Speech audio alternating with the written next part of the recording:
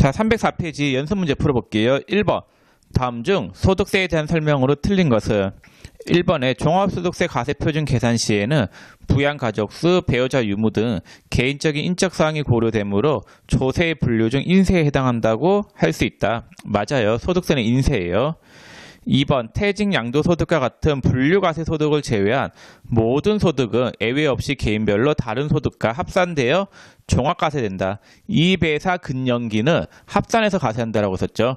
근데 우리가 원천징수로서 납세 의무가 종결되는 소득, 분리과세 대상 소득이 있다라고 썼죠. 분리과세는 원천징수로서 납세 의무가 종결되고 그 5월 달에 다른 소득하고 합산하지 않는 소득이에요. 그래서 2번이 틀렸습니다. 자, 그 다음에 3번. 3번은 읽어보면 맞는 말이고, 4번도 아까 설명드린 내용이에요. 자, 2번 보면 다음 중 소득세법에 대한 설명으로 옳지 않은 것은 1번 소득세는 6가지 종합소득과 퇴직소득 및 양도소득을 과세 대상으로 하는 조세이다. 맞죠? 2번 6가지 종합소득은 원칙적으로 종합과세되고 일부는 분리과세되는 경우도 있다. 맞는 말이에요.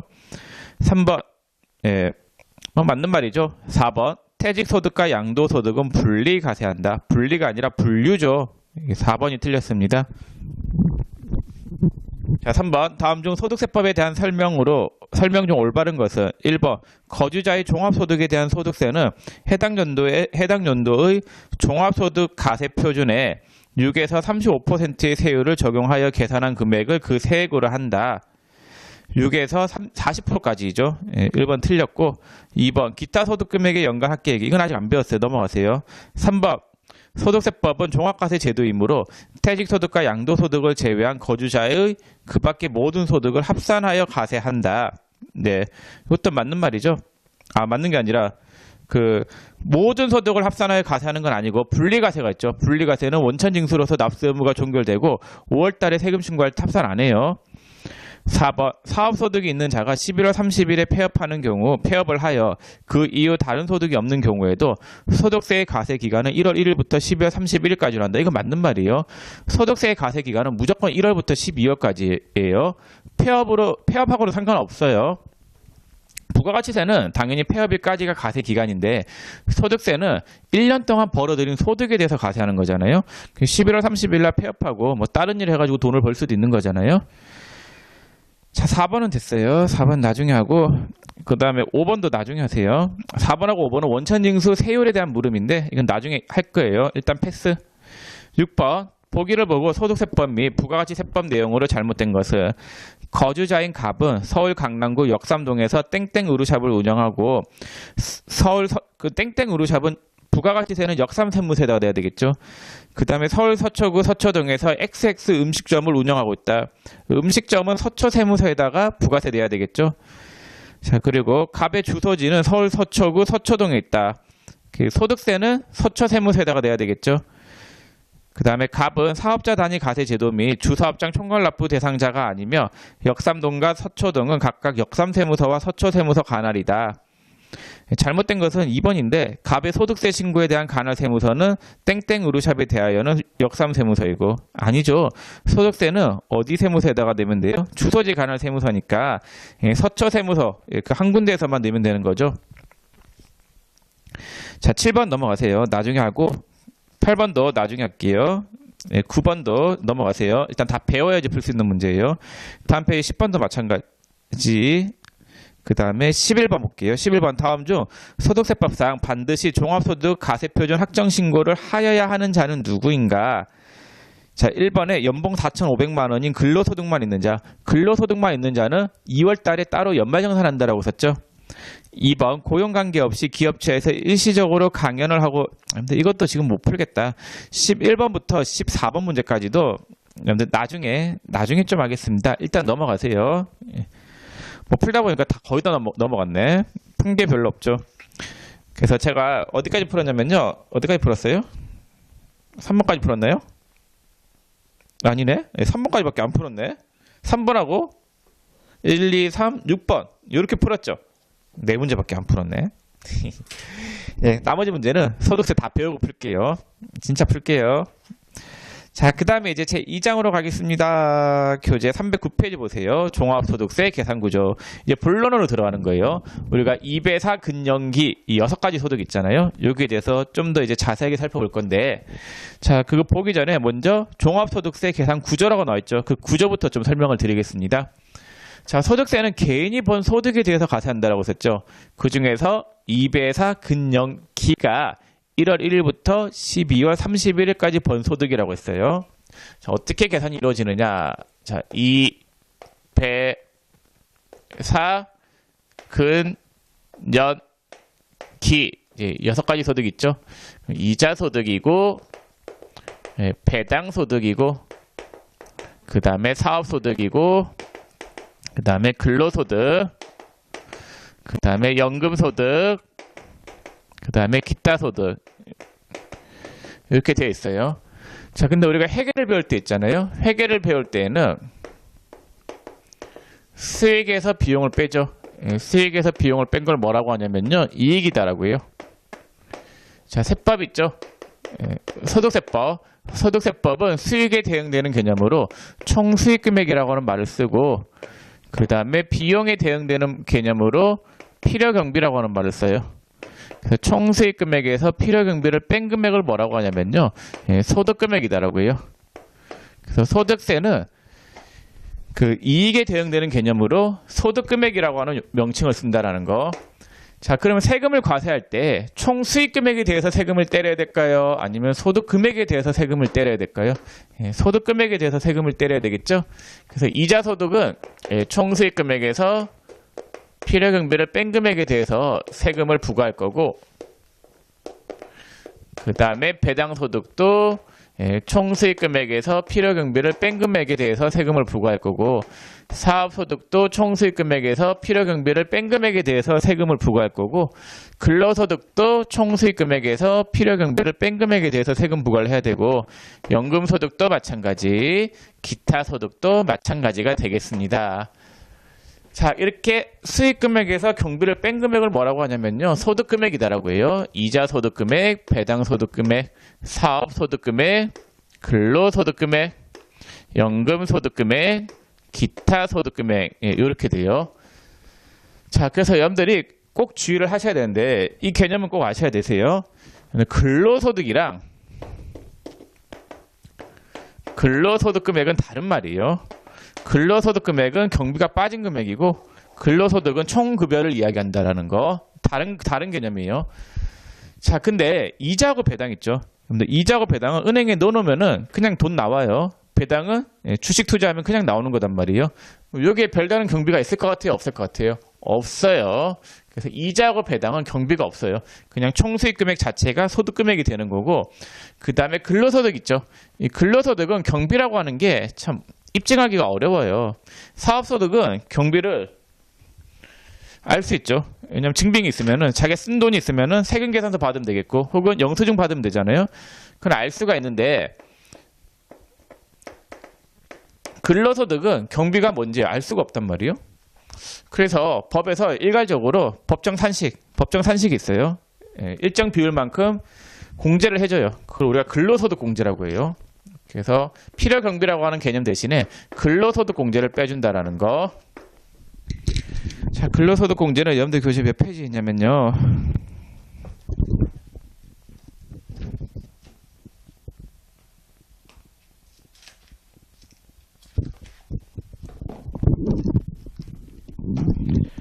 595페이지에 있어요. 595페이지 하단에 근로소득 공제라고 돼 있잖아요. 뭐 공제액이 얼마인지, 500만 원 이하는 총급여액의 70% 이런 식으로 나와 있잖아요.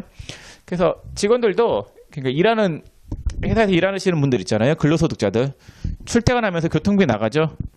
그리고 일하다 보면은 자기 본인과 관련해서 돈 들어가는 게 있을 거단 말이에요. 그런 비용들을 고려해서 일괄적으로 법정 산식으로 빼주고 있다라는 거. 연금도 마찬가지. 연금하고 근로소득은 비슷해요, 성격이. 세금 과세 체계가 비슷한데, 필요경비 대신에 연금소득공제라고 하는 법정 비율만큼 빼주고 있다라는 거. 자, 그러면은 소득금액을 구하잖아요. 이렇게 이자소득금액, 그 다음에 배당소득금액, 그 다음에 사업소득금액, 근로소득금액, 연금소득금액, 기타소득금액을 다 더해요. 자, 이걸 다 더한 걸 뭐라고 하냐면요. 이 배사, 근, 연기 이 6가지 소득을 합산해서 과세해야 되는데 우리가 종합과세한다라고 했었죠. 이배사, 근연기 합산해서 과세한다라고 했는데 그 합산할 때는 총 수익 금액을 합산하는 게 아니라 경비를 뺀 소득 금액을 합산해야 되는 거예요. 그래서 이배사, 근연기 이 6가지 소득 금액을 합산한 거를 우리가 종합 소득 금액이라고 합니다.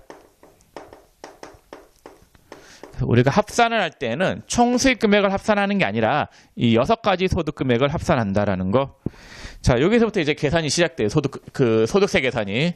그럼 6가지 소득을 합산한 거를 종합 소득 금액이다라고 하죠. 여기서 뭘 빼냐면요. 소득 공제라고 하는 걸 빼요.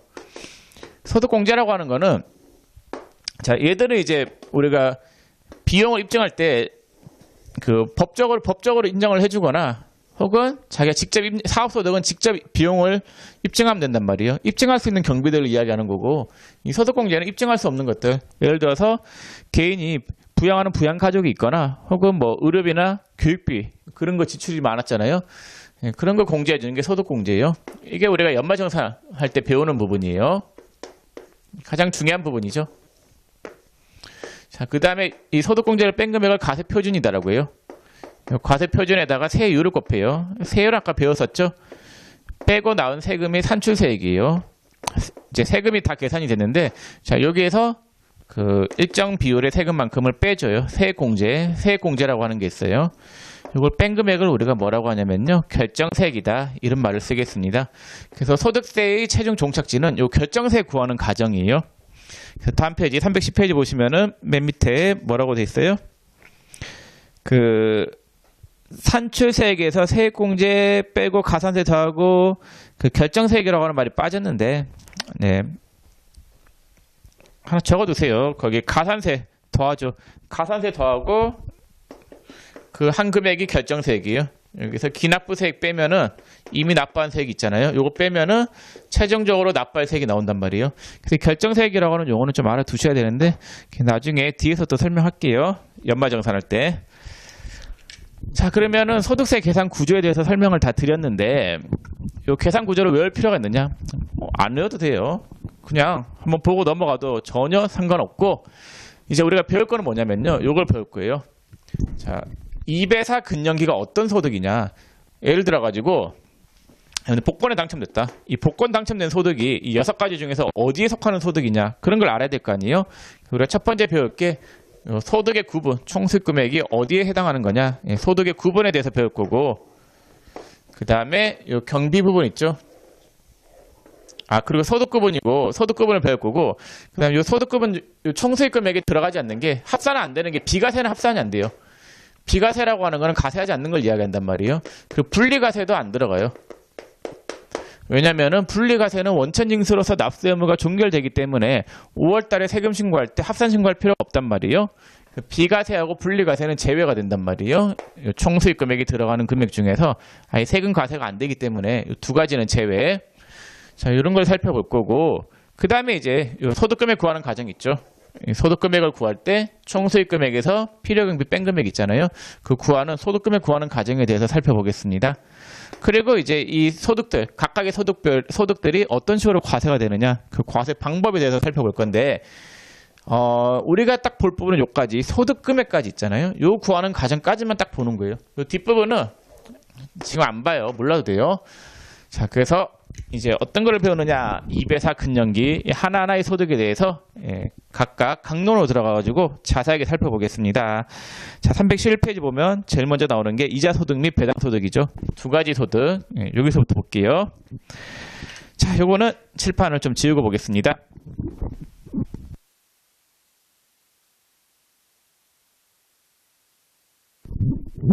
자, 먼저 이자 소득이 뭐냐, 그거부터 볼게요. 자, 311페이지 이자 소득. 자,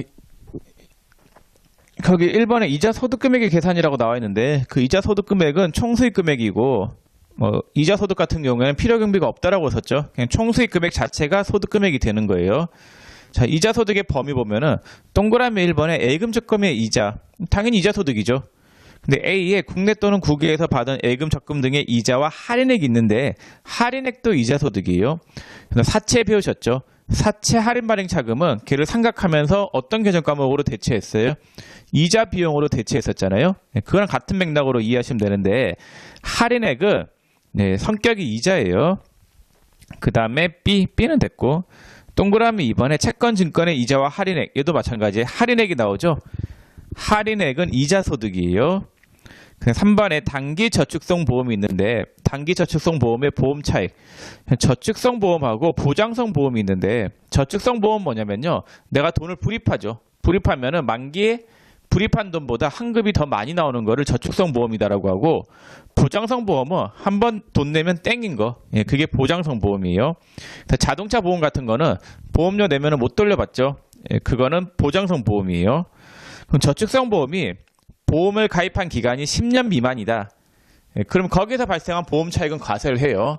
그러니까 보험료를 내가 500원 불입을 했는데 만기 환급 받을 때 600원 환급 받았다. 그럼 보험 차익이 얼마가 발생한 거예요? 100원만큼의 보험 차익이 발생한 거죠. 자, 그러면 이 보험료를 불입한 기간 있잖아요. 보험 차익, 이 보험 차익이 발생한 불입 기간이 10년 이상, 10년 미만인 경우에는 이자 소득으로 과세를 하고, 그 기간이 10년을 넘어가잖아요. 10년 이상인 경우에는 비과세예요. 과세가 제외돼요. 그래서 여러분들 친구들 중에서 보험하시는 분이 있으시면은 비과세 저축성 보험 하나만 들어달라고 오는 경우 없으세요?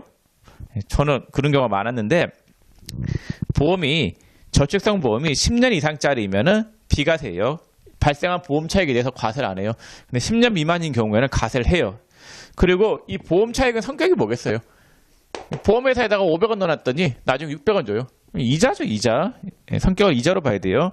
그래서 저축성 보험의 보험 차익, 단기 저축성 보험의 보험 차익은 이자 소득으로 과세해요. 4번에 직장 공제의 초과 반환금. 이런 게 이제 시험에 나오는데, 직장 공제의 초과 반환금은 소득의 구분 중 어디에 해당이 되는가, 그런 거 있잖아요. 그래서 알아두셔야 되는데, 얘는 이자 소득이에요.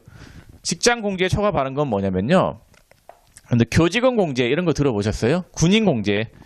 그래서 그 직원들이 공제를 만들어요. 자기들끼리 뭘 만들어 가지고 그 자기가 근무하는 기간 동안 거기에서 뭐 각종 혜택을 누릴 수 있단 말이에요.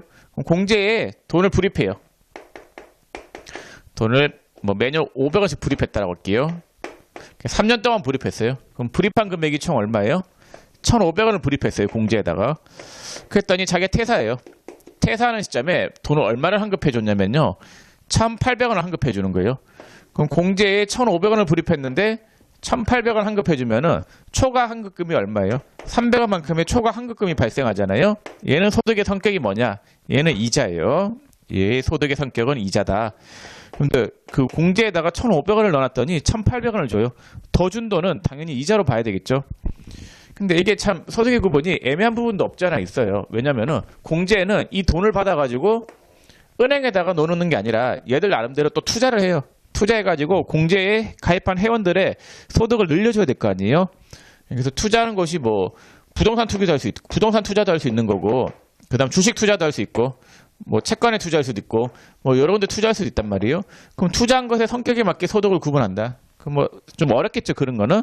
그래서 가장 만만한 게 뭐예요? 이자죠. 1,500원 넣어놨는데 1,800원 받으면은 뭐 더 받은 돈은 당연히 일반 개인 입장에서는 이자 받은 걸로 생각할 수 있잖아요. 그래서 직장 공제의 초과 반환금은 이자 소득이 되겠습니다. 5번에 비영업 대금의 이익이 있는데 이거 중요해요. 비영업 대금의 이익이 뭐냐? 대부업을 영업을 하지 않는 자가 돈을 빌려주고 받는 이자 소득이 비영업 대금의 이익이에요. 자, 은행 있죠. 근데 은행은 대부업을 영업으로 하는 자죠. 얘네들이 벌어들인 이자 소득 있잖아요. 그건 사업 소득이에요. 왜냐하면 대부업, 자기의 주요 영업 활동을 통해서 벌어들인 소득이기 때문에 사업 소득인데, 그 일반 개인들 있죠. 여러분들 같은 경우에는 여러분들은 돈을 빌려주는 걸 업으로 해요? 업이 아니에요? 업이 아니죠.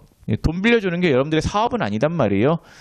그러한 자들이 빌려주고 받은 돈은 비영업 대금의 이익이라고 하고, 비영업 대금의 이익이다라고 하고, 얘는 소득의 성격이 뭐가 되느냐? 이자 소득이에요. 비영업 대금의 이익은 이자 소득에 해당이 되겠습니다. 자, 그 다음에 동그라미 6번에 유사이자 소득. 이거 앞에서 제가 이야기했었죠. 그 소득세법은 열거주의를 채택하고 있는데 이자하고 배당은 유형별 포괄주의다. 그 말이 요 조문이 하나 들어갔기 때문에 그래요. 법에 보면은 유사이자 소득이 들어가 있는데 법에 열거되지 않은 거 1번부터 5번까지는 법에 열거되어 있는 소득이에요. 그 열거되지 않은 것도 과세하겠다. 뭐 그런 입장이겠죠. 자, 그 다음에 하단은 2번에 배당소득 볼게요. 1번에 배당소득 금액의 계산이 있는데 배당소득 금액은 그냥 총수익 금액이 배당소득 금액이 되고 거기 뭐 따로 경비를 빼거나 그러진 않아요. 자, 다음 페이지 가볼게요. 배당소득의 범위가 있죠. 1번에 일반 배당이 있는데 A에 내국법인으로부터 받은 이익이나 잉여금의 배당 또는 분배금. 그러니까 잉여금을 재원으로 해서 받는 돈이 배당이죠. 재무회계할 때 배웠었죠. 벌어들인 돈, 이익잉여금 있잖아요. 이익잉여금을 주주한테 나눠주는 거. 예, 그걸 우리가 배당한다 이런 말을 썼었죠. 그래서 그 잉여금을 재원으로 받은 돈이 배당소득이고 이번에 의제배당이 있는데 이거는 법인세를 배워야지 알 수 있는 내용인데 법인세가도 안 배워요. 그냥 참고라고 넘어가세요. 3번에 인정배당. 뭐 인정배당이에요. 배당이라고 적혀있죠. 그리고 또 법인세를 배워야지 알 수 있는 내용이기 때문에 그냥 넘어가세요. 자, 4번에 출자 공동사업자에 대한 배당소득이 있는데 이건 뭐냐면요. 개인 있잖아요. 개인이 조합을 만들어가지고 그 A하고 B하고 이렇게 조합을 만들었어요. 만들었는데 A는 있잖아요. A는 돈을 투자한 건 아니고 투자는 B만 돈을 투자한 거예요.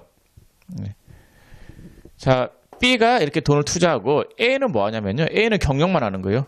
그래서 우리가 그 개인 사업 하시는 분들 중에서 누가 돈을 투자하는 자가 있고 B는 이제 투자자. 법인으로 하지 않고 그냥 조합을 차려서 개인 사업자로 운영하는 거예요. 개인 사업자인데 A는 경영에만 참여하고 B는 돈을 투자하는 것만 하는 거예요. 뭐 만약 이렇게 계약을 맺고 일을 진행한다라고 하면은 B가 돈을 투자한 이유는 A가 경영을 잘해서 이익이 발생하면은 그 이익에 대한 대가로 돈을 받아 가려고 하는 거잖아요. 그러면은 벌어들인 이익에 대한 대가로 돈을 받아가는 거. 이건 당연히 무슨 소득이겠어요? 예, B가 받는 소득은 배당 소득이 돼요.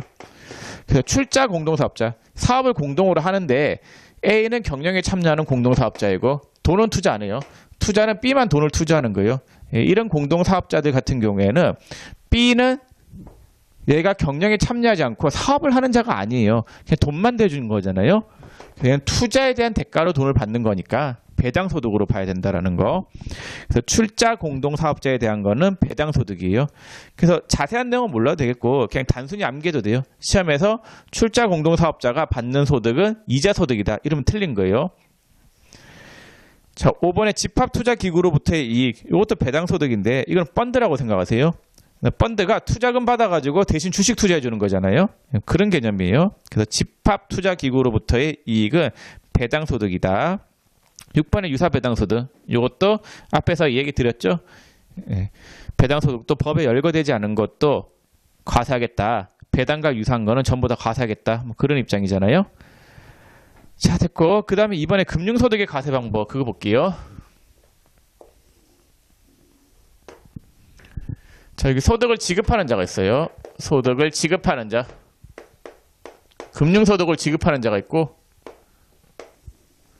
자, 금융소득을 받는 자가 있어요. 금융소득을 수령하는 자. 두 가지 측면을 다 보셔야 되세요. 자, 금융소득을 지급하는 자는 세금을 띄워주겠죠. 원천징수라고 주는데 그러니까 개인한테 주는 돈은 세금을 띄워줘야 된다라고 썼죠. 그럼 얼마만큼 띄워줘야 되느냐. 외워야 돼요. 자, 일반적인 이자나 배당이다. 자, 일반적인 이자나 배당은 14% 띄워줘야 돼요. 외우세요. 그래서 여러분들이 은행에 돈을 넣어놓죠. 그럼 여러분들 통장에 이자가 불어날 거예요. 그 이자는 세금이 띄고 들어오는 이자 소득이에요. 14% 띄고 들어와요. 지방소득세까지 하면은 15.4%인데, 그러니까 여러분들 소득세 있잖아요. 소득세가 14%이면은 지방소득세라고 하는 게 붙어요. 지방소득세라고 하는 거는 지방세죠. 소득세는 국세이고 항상 소득세를 따라다녀요. 소득세의 10%만큼 소득세의 10%만큼 지방소득세가 붙는단 말이에요. 그래서 1.4% 하면은 15.4%가 되겠죠. 그래서 일반적인 경우는 14%이고 그 다음에 두 번째 책 순서대로 갈게요. 책에 보시면은 거기 2번이 비실명 이자 배당 소득이죠. 자, 비실명 이자 배당 소득. 이게 뭐냐? 자, 이자를 줘요. 이자를 주는데 이자를 누구한테 줬는지를 모르는 거예요. 그러니까 우리가 그 사채 시장 있죠. 명동 가면은 명동에 사채 시장 갔을 때 돈을 빌려요. 이자를 주잖아요. 이자를 주는데 이자 주는 자가 누구인지 봤더니 막 백곰 이렇게 적혀 있어요. 누구한테 돈을 주는지 모르는 거잖아요. 그런 이자 소득이다라고 하면은 최고 세율. 최고 세율이 몇 프로예요? 예, 지금 38%잖아요. 그러니까 이게 지금 옛날 규정인데 38% 예, 원천 징수하고 줘야 돼요. 잠깐만요. 이 부분 잠깐 확인 좀 할게요.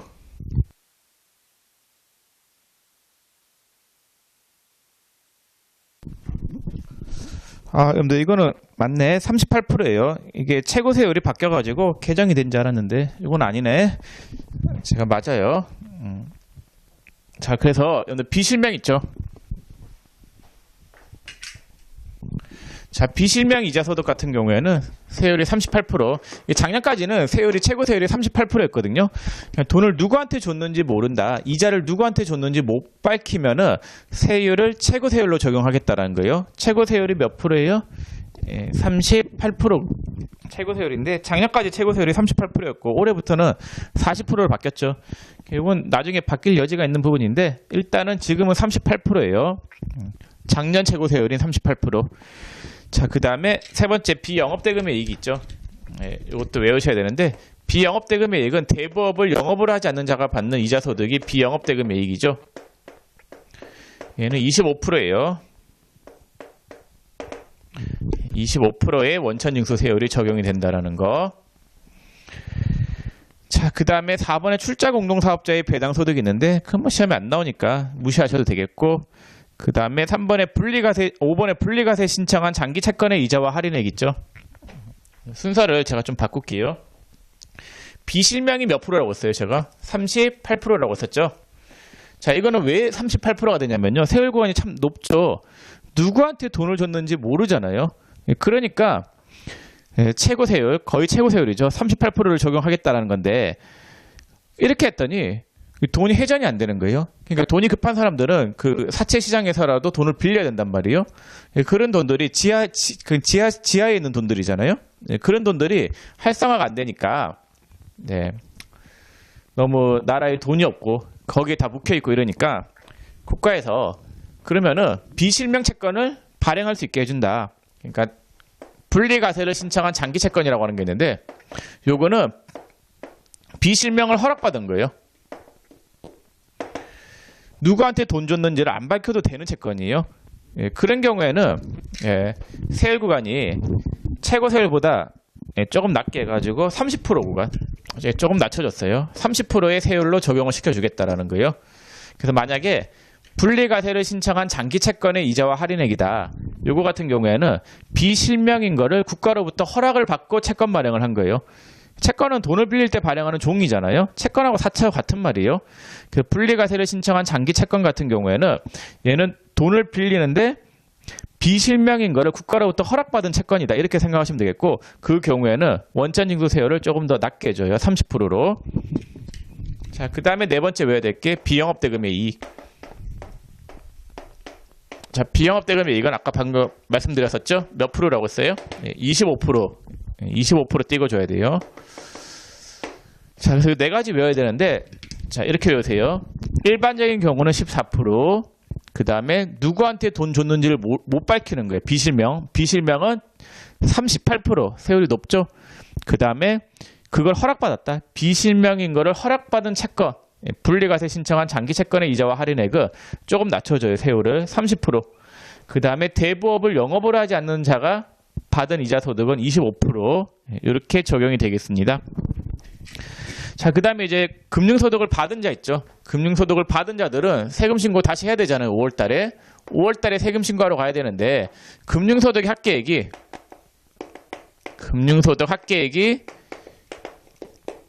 2천만 원 이하이다. 2천만 원 이하인 경우에는 5월달에 세금 신고하러 안 가도 돼요. 이때는 분리과세로서 납세 의무 종결이에요. 그러니까 원천징수로서 납세 의무 종결이에요. 분리과세가 돼요. 그래서 여러분들이 은행에서 이자 보통 받으시죠. 예금 통장에 돈 들어있으면 이자 붙잖아요. 그거 가지고 5월달에 세금 신고하러 간 적 있나요, 없나요?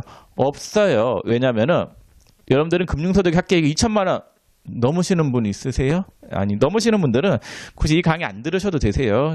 그냥 편하게 사세요, 편하게. 힘들게 사지 마시고.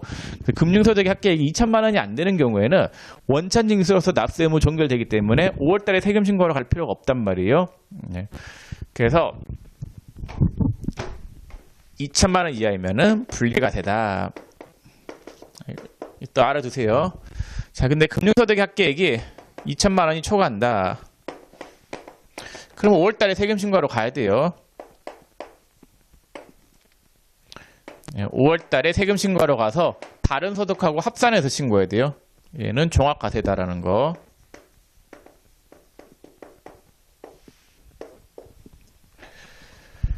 자, 그래서 분리과세하고 종합과세를 금융소득의 합계액이 2천만 원 이하인 경우에는 분리과세, 2천만 원 초과하는 경우에는 5월달에 세금 신고하러 가야 된다라는 거. 이것도 알아두시면 좋겠습니다. 네.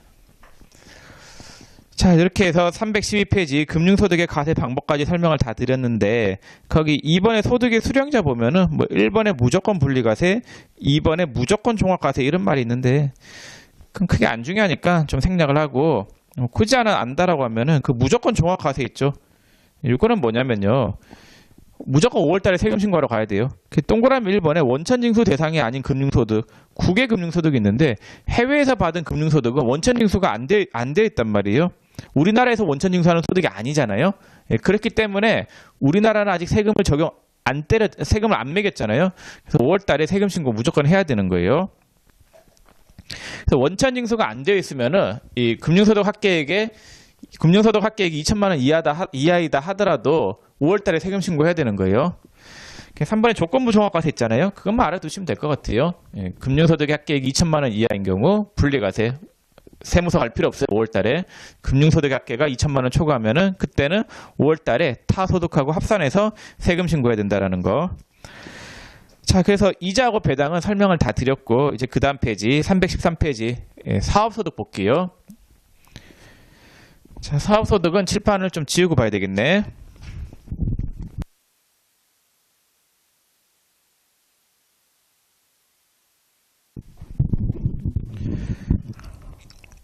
자, 313페이지 보시면은 사업소득의 범위가 일단 나오죠. 사업소득은 뭐냐? 사업을 하고 번 소득이 사업소득이에요. 간단하죠? 자, 그냥 간단한 건데 사업소득은 사업하고 번 소득이에요. 그럼 사업하고 버는 게 어떤 거냐? 이거는 계속 반복적이에요. 우리가 사업을 한다라고 하면은 한 번만 하고 때려치우는 건 아니죠. 계속 반복적으로 하는 것들을 이야기해요. 사업소득은 업을 영위하는데 그 업이 계속 반복적으로 영위하는 것들, 영위하면서 발생하는 소득이 사업소득이 되겠습니다. 자, 거기 읽어볼게요. 사업소득의 범위, 사업소득이란 농업, 제조업, 광업, 도매업, 운수업 등 업을 영위하는 거예요. 영리를 목적으로, 당연히 영리를 목적으로 해야지 사업이죠. 자기의 계산과 책임하에 계속적 반복적으로 행한 활동을 통하여 얻은 소득을 말한다. 계속 반복적으로 얻은 소득이 사업소득이에요. 우리가 뒤에서 기타 소득을 배울 건데, 기타 소득은 계속 반복적이 아니라 일시우발적으로 발생하는 소득이 기타 소득이거든요. 그거랑 구분돼요. 참고해 보면은 사업의 범위에서 제외되는 것이 있는데, 가세 제외 사업, 기업의 연구 및 개발업, 연구하고 개발하는 거 있잖아요. 훌륭한 업이죠. 이런 거는 아예 세금 부과 안 해요. 니은의 사회복지사업법에 의한 사회복지 사업, 이것도 훌륭해 보이죠. 그래서 아예 사업의 범위에 포함 안 시켜요. 과세 안 하겠다 그런 거죠. 디귿의 초중등 교육법 및 고등교육법에 의한 학교가 있는데 꼭 과세에서 뭐 하겠어요? 안 해요. 세금 과세 안 해요. 자, 참고는 그렇게 중요한 건 아니고, 그 다음에 이번에 비과세, 요거는 좀 외우세요. 비과세는 과세하지 않겠다라는 거죠. 1번에 논밭의 임대소득. 농작물 재배하는 사람들 있잖아요. 그분들이 농작물 재배해가지고 팔아요. 거기에다가 세금을 때려버리면은 농작물 가격이 올라가겠죠. 그러면은 여러분들이 꼭 먹어야 되는 농작물 가격이 올라가면은 부담이 많이 되잖아요. 잘못 이야기했어요. 다시 이야기할게요. 자, 논밭의 임대소득인데 논하고 밭을 임대해요. 거기서 발생하는 소득의 과세를 때려버리면은 농작물 가격이 올라간단 말이에요. 예, 그래서 과세 안 해요. 이번에 주택 임대 소득. 주택을 임대하고 받은 소득은 원래 과세를 해요. 과세를 하는데 어떤 경우에 과세를 안 하냐면요. 1세대 1주택인자가 네, 기준시가 9억 원 초과, 9억 원 이하의 주택을 임대하고 9억 원 이하 네, 여기서 발생하는 주택 임대 소득 여기에 대해서 비과세하겠다라는 거예요.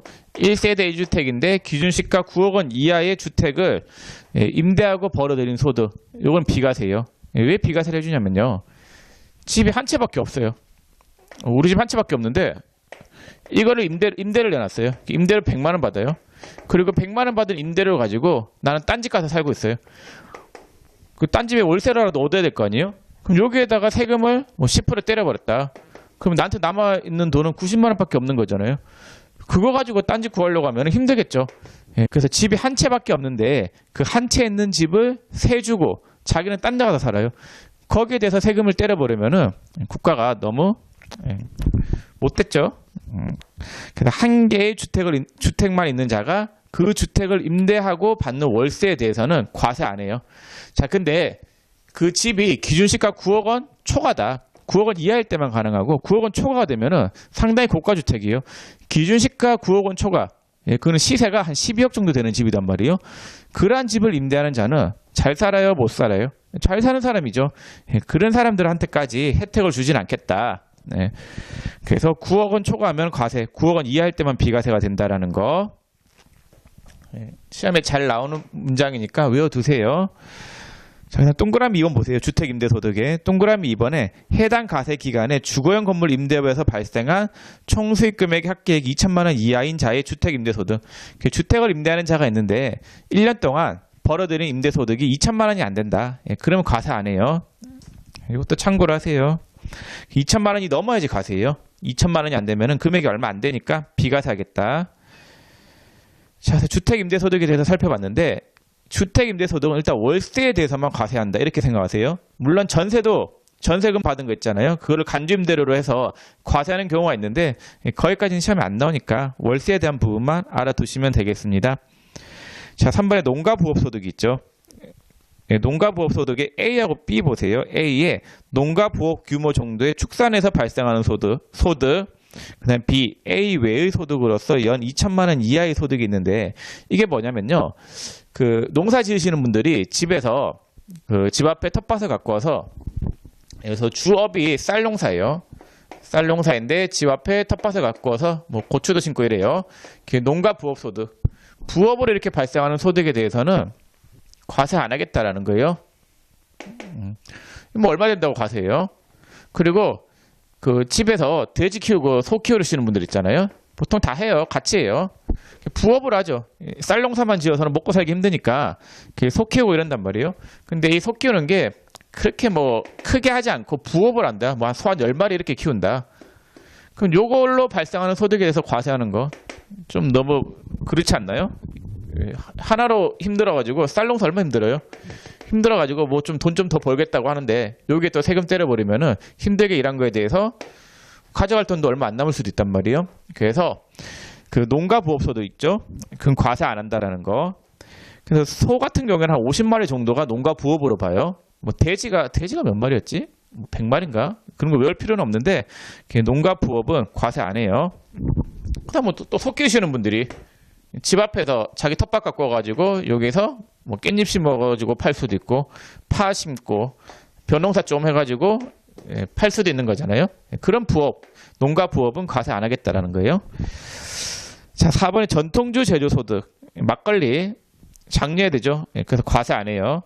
5번에 살림소득, 나무를 심어가지고 그 심은 나무를 5년 이상 심어야 돼요.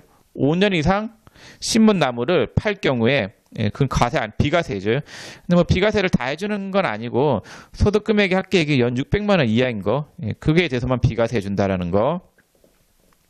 세세한 내용은 몰라도 돼요. 그냥 목차 정도만 외우시면 될 것 같아요. 6번에 기타 작물 재배업 소득이 있는데 작물 재배업 있잖아요. 작물 재배에서 벌어들인 소득. 왠지 과세하면 안 될 것 같죠. 그래서 그 비과세를 해주는데 다 해주진 않고 수익 금액의 합계액이 10억 원 이하인 경우에만 10억 원 이하까지만 비과세 해준다. 10억 원이 넘어가면은 그건 상당히 그 기업형이잖아요. 그런 거는 과세해야 되겠고 10억 원 이하까지만 비과세. 자, 그래서 이거 외워야 되는데 외울 때 이렇게 외우세요. 묵참아 외우세요. 꼭 외워야 될 게 임대가 있었죠. 임대는 두 가지가 있었어요. 논하고 밭. 논하고 밭을 임대하는 거. 그 다음에 또 뭐가 있었어요? 주택을 임대하는 거 있었죠. 요거는 요건을 좀 아셔야 되세요. 주택 임대하고 받는 월세가 있는데 둘 다 월세잖아요. 자, 요거는 요건이 1세대 1주택이어야 돼요. 그 다음에 기준시가가 어떻게 돼야 돼요? 기준시가 9억 원 이하여야 돼요. 9억 원 초과하면 안 돼요. 자, 그 다음에 세 번째 농가 부업소득. 목차만 외우세요, 이거는. 그 다음에 네 번째 막걸리 있죠. 전통주 제조소득. 그 다음에 다섯 번째 나무 심는 거 있잖아요. 산림소득. 물론 얘는 5년 이상 나무를 심어야 되겠고, 그 다음에 소득 금액의 합계가 600만 원 이하인 경우, 이하까지만 되는 건데, 그런 세세한 요건까지는 안 외워도 될 것 같아요. 자, 그 다음에 작물 재배업 있죠. 기타 작물 재배업 소득.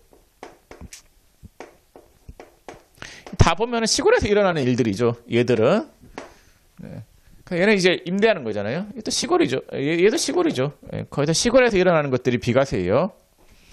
자, 그래서 이렇게 목차 위주로 외우시면 되겠습니다. 자, 다음 페이지 314페이지 가보면은 사업소득 금액의 계산이 있죠. 자, 사업소득 금액은 어떻게 계산할 수 있어요? 총수익 금액에서 뭘 뺀 금액으로 해요? 필요 경비를 뺀 금액이 사업소득 금액이죠. 소득 금액은 경비를 뺀 금액이단 말이에요. 이거 구하는 과정에 대해서 볼 건데, 자, 1번에 총수익 금액 있잖아요. 이게 법인세를 배워야지 사업소득 금액 구하는 과정을 정확하게 이해할 수 있는데, 여러분들이 법인세를 배우지 않았잖아요. 그래서 시험에서 나오는 것만 대강 아시면 되세요. 자, 거기 총수익 금액 보시면은 1번에 이자 수익하고 배당금 수익이 있는데, 법인세는 이자 수익하고 배당 수익을 과세해요. 근데 소득세는 이자 수익하고 배당금 수익을 과세 안 해요. 사업소득으로는. 사업소득이 아니에요. 이자 수익하고 배당금 수익은 사업소득이 아니라, 그러니까 사업소득의 총수익 금액에 포함이 되는 게 아니라, 그거는 이자 소득하고 배당 소득으로 봐야 돼요. 그래서 사업소득 금액 계산할 때 들어가는 건 아니다. 그래서 사업소득자들이 뭐 제조업 하시는 개인 사업자들 있잖아요. 그런 개인 사업자들이 이자 소득이 발생할 수도 있어요. 근데 그 발생한 이자 소득은 총수익 금액, 사업소득의 총수익 금액으로 들어가는 건 아니에요. 자, 그 다음에 이번에 고정자산 처분 손익이 있는데, 이건 법에 열거가 안 돼 있어요. 이게 이론 문제로 무지 잘 나오는데, 그 고정자산 처분 손익 있잖아요. 유형자산 처분 이익이라고 생각하세요. 계정 과목은. 법에 열거가 안 돼 있기 때문에 과세를 안 해요. 굳이 과세를 해야 되는 것들은 뭐 저기 양도세에 열거가 돼 있단 말이에요. 토지나 건물 팔아서 처분 이익이 발생할 수 있잖아요. 그럼 양도세에서 과세하고, 뭐 일반 기계 팔아서 남겨먹은 이익 있죠. 기계나 혹은 비품 있잖아요. 그런 거 팔아서 남겨먹은 이익은 과세를 안 해요. 법에 열거가 안 돼 있단 말이에요. 그래서 여러분들이 만약에 중고나라에서 쓰던 컴퓨터를 팔았다. 그럼 뭐 어떻게 알 거예요? 그런 것까지 과세하기에는 좀 그렇지 않을까요? 개인 간에 그런 뭐 중고거래 있잖아요. 그런 거에 대해서는 과세하지 않는다라는 거.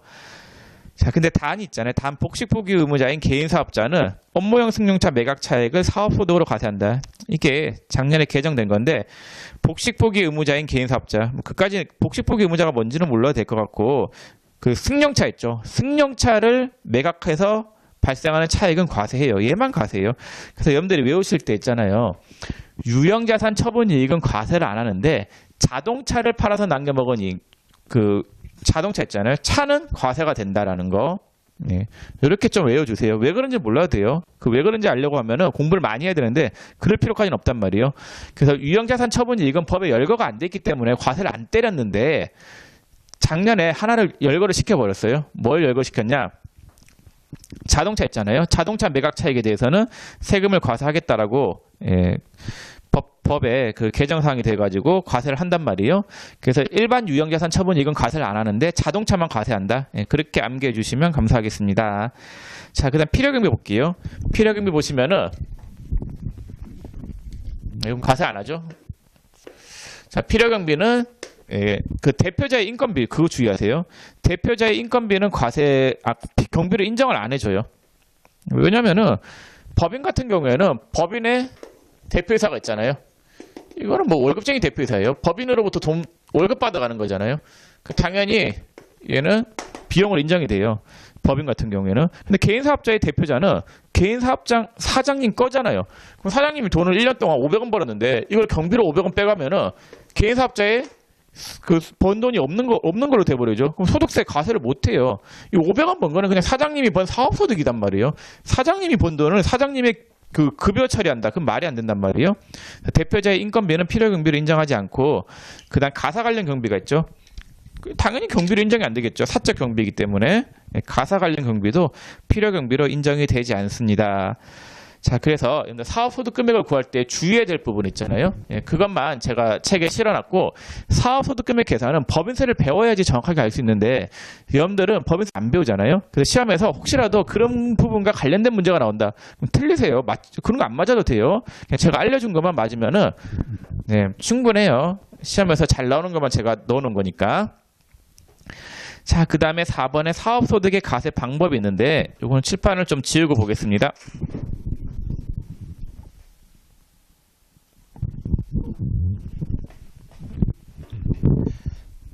자, 사업소득을 지급하는 쪽이 있을 거고 그 다음에 사업소득을 받는 자가 있겠죠. 소득을 수령한 자 입장 두 가지로 나눠서 좀 설명을 드릴게요. 자, 소득을 지급하는 자, 사업소득을 지급하는 자는 원칙적으로 원천징수를 해야 하네요. 원천징수를 하지 않는다라고 했었죠.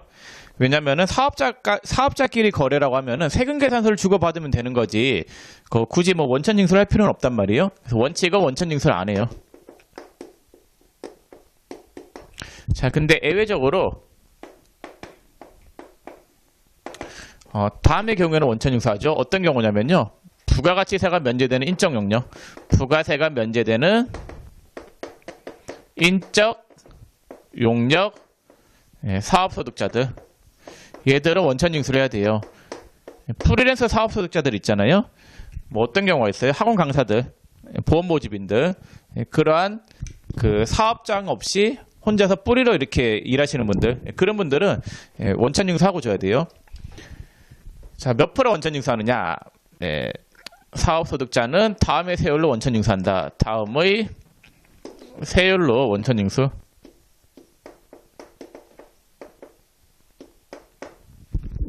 자, 일반적인 경우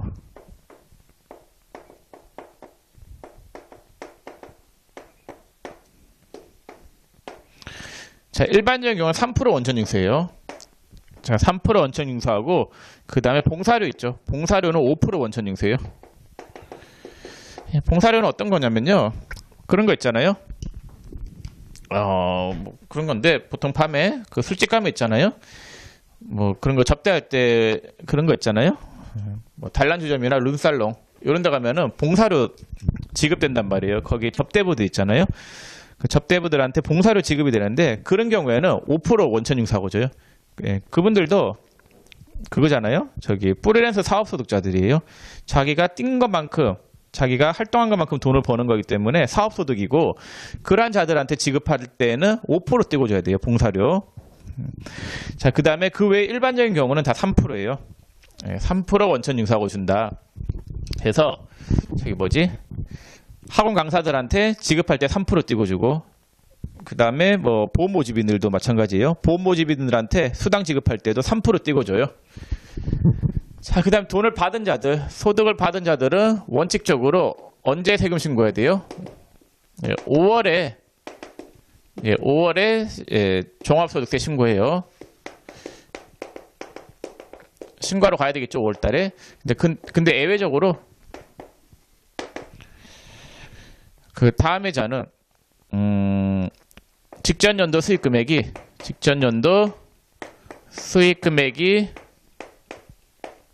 7,500만 원에 미달하는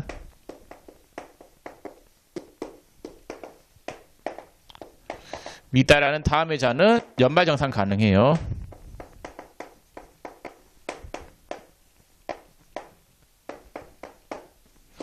누가 있느냐? 보험 모집인, 그 다음에 방문 판매원. 보험 모집인이나 방문 판매원은 연말정산 가능해요. 2월달에. 그 앞에서 제가 간단하게 한번 말씀드렸는데 그 수익 금액이 7,500이 안 되는 보험 모집인은 좀 그렇게 잘 나가는 사람 아니죠. 영세하단 말이에요. 영세? 영세 정도는 아닌데 그래도 자기 업무 보면서 세금 신고까지 할 능력은 안 된단 말이에요.